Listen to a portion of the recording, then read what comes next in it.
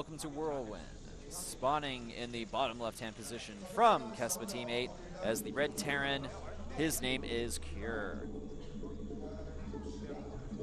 His opponent spawning as a Blue Protoss, playing for STX. His name is Trap. So potential Rookie of the Year versus former Rookie of the Year here. So battle of the new blood. Unfortunately, Trap, you know, we haven't really seen too much amazing play from him this season. He's just like the guy who performs 50%, I'll have to say. So basically pre-beast mode Aurora, because we always considered him the 50% guy, but we have to find a new 50%er, guys. There's few players out there, and STXO actually was filled with these guys with great potential, but you know, sometimes they win, sometimes they lose, and they never really receive much spotlight except players like Calm, Cal, and recently Innovation. Yeah, Calm is of course a playing coach now. Cal in the military right now. He should be back pretty soon. Yeah, I was going to say he's going to be done definitely sometime this year. Around this year, I have to say. Yeah. Because he was one of the later ones to join Air Force Ace, along with Kanata, who's returning as a SPL TV caster. So Cal should be returning pretty soon, and given how amazing he was, he should be back on STX. So yeah, I would love to see him as a player once again. Would be a shame to see him retire afterwards or try to pursue something else. But you know, it is what it is, and we do see a refinery first opening from Cure here. So this is interesting. It looks like he wants to get aggressive early on in this game against his opponent. Kind of, you know, playing against the metagame of the map, which is to take a really fast expansion and just power up a lot of workers early on. oh yeah, the map is so large that players don't even think about going for, you know, really early harassment. And look at this, Cure now going to move out on the map and scout where his opponent is. Yeah, so it looks like we'll be seeing a Reaper most likely out of this barracks really early on. That's generally what we see from Terran players that go Reaper first, or sorry, Gas first, but he's not seeing that, man. He's going to play a classic, you know, barracks into factory build and probably Starport. Yeah, you can go for the Starport. We also occasionally will see some Reactor Hellions come out as well from the Gas first build against Protoss if they are caught off guard. Yeah, so now he looks at his opponent. He knows that his opponent is going for the early Nexus. So now he's going to try to see what his opponent is getting inside the main base. And, you know, if he doesn't scout the Robo, I think going for the Widow Mine drop is the best play here. Well, we can see we do have the Nexus going down, like you mentioned.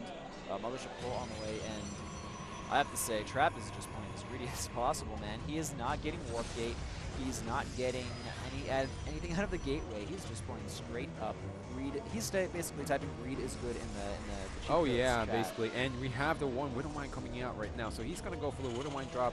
And, you know, this is a better choice than some players trying to go for the 1-1-1. We saw that a couple of times, once on Fighting Spirit and once during the special matches. And it's not great anymore against the Protoss players because of the Nexus Cannon. Yeah, that build, I would have to say, is pretty close to dead.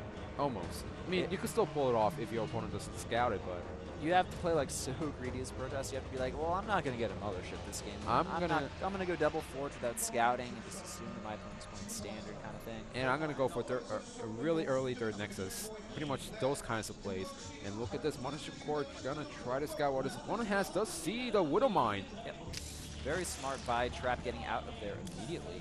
And we have a medevac on the way. Also, interestingly enough, a Hellion, the second in queue, and this is just going to be a very aggressive push, essentially, early on from True here. Okay, so this is what he's trying to do. Drop the Widow Mine inside the main base, hope that the Observer isn't over there, get all the probes to the natural base, and he's going to roast every single one of them with the Hellions. Yeah, you definitely do that here. The Hellion is about to finish, and we do see the units moving out of the from the medevac, but just Marines in there. There's no Hellions. I think that's on purpose because he is moving this out now. Like I said, no Hellions in the natural. He is taking out expansion behind, so he's going to try to deal severe damage and then try to play it off from here. Now, Trap does see it coming. Now, is he going to get the Observer out in time? Almost. I think it's going to be up to... He wants to, use that Nexus Cannon. That's exactly what he wanted to force. And now, immediately going for that natural, essentially, with this medevac and the Marines. The Stalker count, they're actually not going to be able to do anything here. And all of a sudden, Cure going to take a nice little advantage here. All of those probes are going to get roasted by these Hellions and Marines. Oh yeah, he could target them one by one, and he can even try to go for the Nexus if he actually fights outside of Stalker's range. The probes lined up. They do go down here, and that sentry does get a nice force field up there. But look at that excellent micro from Cure here, dropping all of his units. He hasn't lost a single unit yet. He could eventually take down this Nexus, I think. I'm really surprised that Cure picked this build, and I'm really happy that he did so, because this does utilize what he's best at, the multitasking ability and the micro. Yeah, nice pick off on that last Hellion there. He does not lose the Stalker, but, you know, Trap, he's in a really awkward position right now, because behind this, we're seeing heavy macro play from Cure here, and that medevac is getting a little bit low on health. He's going to have to be very careful about that.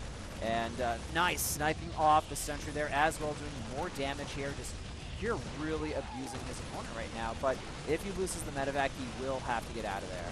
I mean, even if he does have to get out of there, look at the worker count right now. 31 SCVs to 30 probes. So now he just equalized the game right now. And behind this, you know, Cure just macroing up heavily. So he's not, he actually took a pretty solid lead in this game. Oh yeah, Cure is in an excellent position right now. He has a Widowline at home for defense.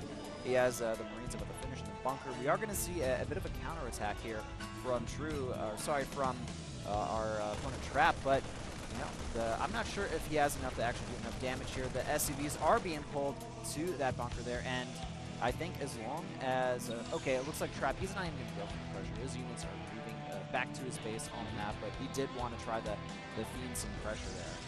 Yeah, and I think it's also a great idea if he leaves some units back at the natural of Cure, just to try to fake that he's going to go for the bust. Would like to see that. Unfortunately, he's not leaving too much there, just like a probe, really. That's about it. The SCV moving past him. But now, if we actually look at the big picture here, 38 probes, 37 SCVs, but Cure has a third command center, and he's got a good amount of tech right now. He's going to be going into those medevacs / leggings eventually.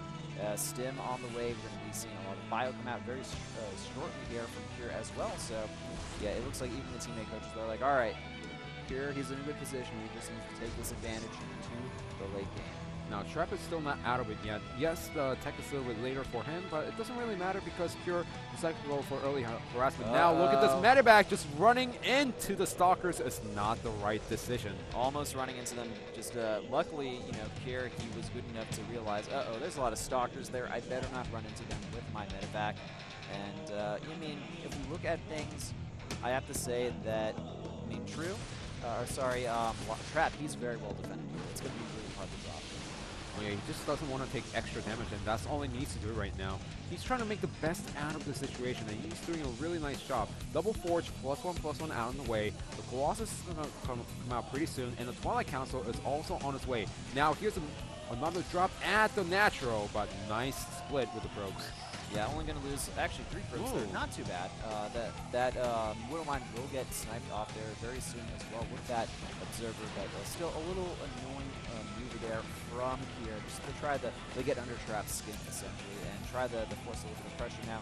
That Observer should be seen by True here, but it looks like he's stimming up, moving in there. Nexus Cannon going down, going to snipe down those sentries there, and now focus on a lot of these Stalkers as well. This attack from Cure, it's going to do a lot of damage. He does lose the medevacs, but he is killing off a lot of this Protoss army here, and this is going to be really bad for Trap here. Now, he has 1 Stalker essentially to 2 Marauders, which are now just, you know, having fun in the main base of Trap here. But what was really excellent by Trap in that whole engagement is that he sniped the medevacs. Yeah, he was able to snipe the medevac, so that definitely is going to help him survive a little bit longer here. And the +1/1 is almost complete for both players, a little bit ahead for the Protoss, but I am curious to see what Cure is going to do after this.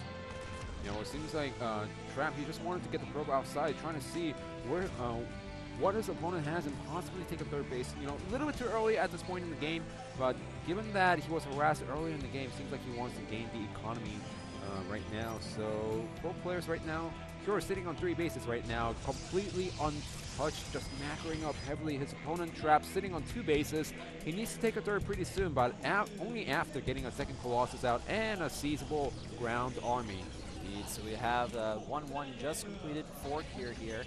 And he's going to go for a big Droom drop in the main base here. It's not scattered. There's no proxy pylons or observers over there. And look at that. So smart and Vike here. He's even sending in a lone Marine before moving in there. Nexus Cannon does go down, but this Colossus is essentially alone here. And is Kier going to be able to snipe that off? It looks like barely. He's not going to be able to. He's going to get out of there with that medevac speed boost and just applying more pressure here and there.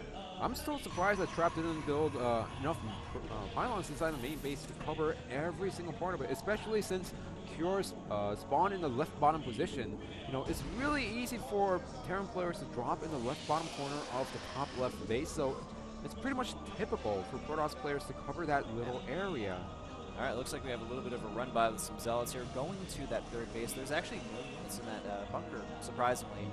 That's something we would expect from a Terran player. Now, it looks like we have a multi-pronged attack that's going to start from Cure here. He's going to move into the main base with a lot of medevacs and also a small force near that third base waiting for the main Protoss army to move back. But look at this. This drop is going to do a lot of damage here, and these units here are all going to be forced to get out of there, only losing a few. But Colossus, though, going down, and the robotics is going to get sniped as well. This is going to be a huge win for Kier, and after that, he's going to go after the Nexus. He's going to get it and secure a humongous lead in this game. The only way that Trap can actually win this game is to actually take out this army and go for the counterattack. Yeah, I mean, even the Foot, the Blink there, the medevacs are just too fast for them, getting out of there without taking almost any damage. And it looks like the Zealot harassment at the third base did not do any significant damage as well. Now, I did say that the only chance for him is to go for the counterattack. If not, he's going to be so far behind the economic wars that at some point in the game, his opponent is just going to try to overpower. But even at this point, if Trap decides to go for the counterattack, look at the supply difference. 183 supply to 110. The 10 Vikings are already out against 2 Colossus. A little overkill, but, you know, sure, he's trying to prepare against everything, so it's okay for him to overmake the Vikings, and he has a huge ground army against his opponent, Trap, and this is going to be a killing blow. Yeah, we have Kier moving in here with his main army composition. It's going to take very, very good Michael from Trap to even survive here. And the Colossus, they're going to get completely obliterated by those Vikings. And decent force fields go down. But look at that, Man Mules on the main army. And that's it. Trap taps out. GG. Cure breaks his versus Protoss losing streak. And